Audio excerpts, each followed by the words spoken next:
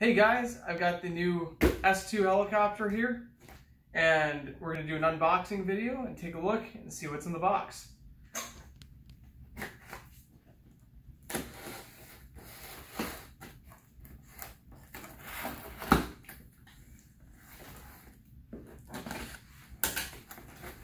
Alright, well, in the box we have the helicopter box right here. And it shows what color that you get. So we'll take off the plastic wrapping on it.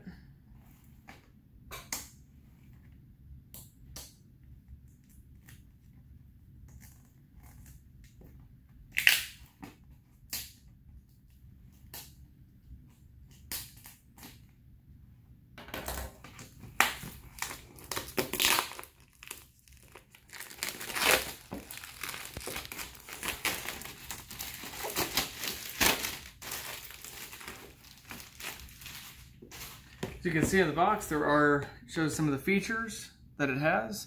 The canopy and the motors and the head setup. Really nice thing is the solid links and the flybarless and motor control and ESC are all built into one.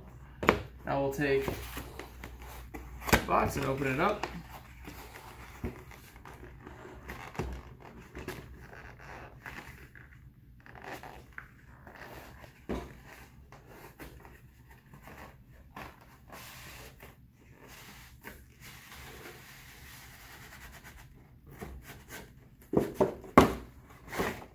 Alright, so we got the helicopter box here. The nice thing about this helicopter, about this packaging, is it is also a carrying case, so you can bring this around with you and protect the helicopter. So I'll open this up. It's got these plastic hinges right here. See, with the helicopter, we have two batteries. We got one right here, one right here. Give you, there's an extra set of blades right here. Got the little this looks like the Bluetooth module so that you can control it from your phone. Got a main shaft, feathering shaft, some extra parts, some servo horns, and hardware. Take a look at the helicopter, and we'll pull out the battery as well.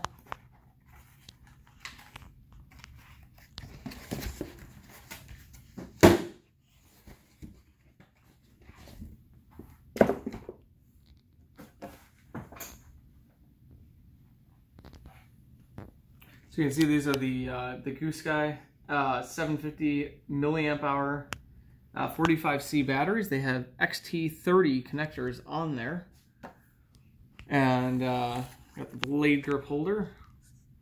Pop that off, and then extend these blades. Then if you hit the button on the canopy, it's kind of like a mouth. It opens up, and that allows you to pull these batteries out. These fit really nicely in here. Highly recommend purchasing their batteries. They fit the best so far. So if you do pick up this kit, highly recommend picking up a couple extra batteries. As you can see, here's the motor directly connected to the main rotor. So much lower parts count, a lot higher reliability for especially newer pilots too. So you're not stripping out main gears. There you can see the little servos right here.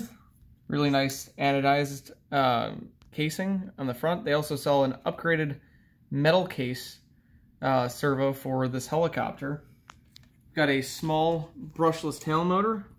Also brings down the complexity of having a belt and all of the tail components.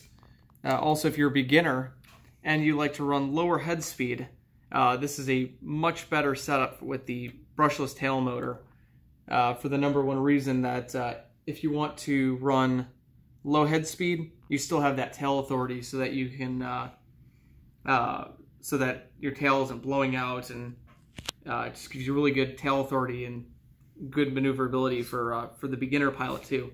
This helicopter has auto level, so for newer pilots that are not good at hovering and balancing the helicopter, this is also a great next step into the hobby for being able to learn how to fly and being on yourself and not worrying as much about the crash costs.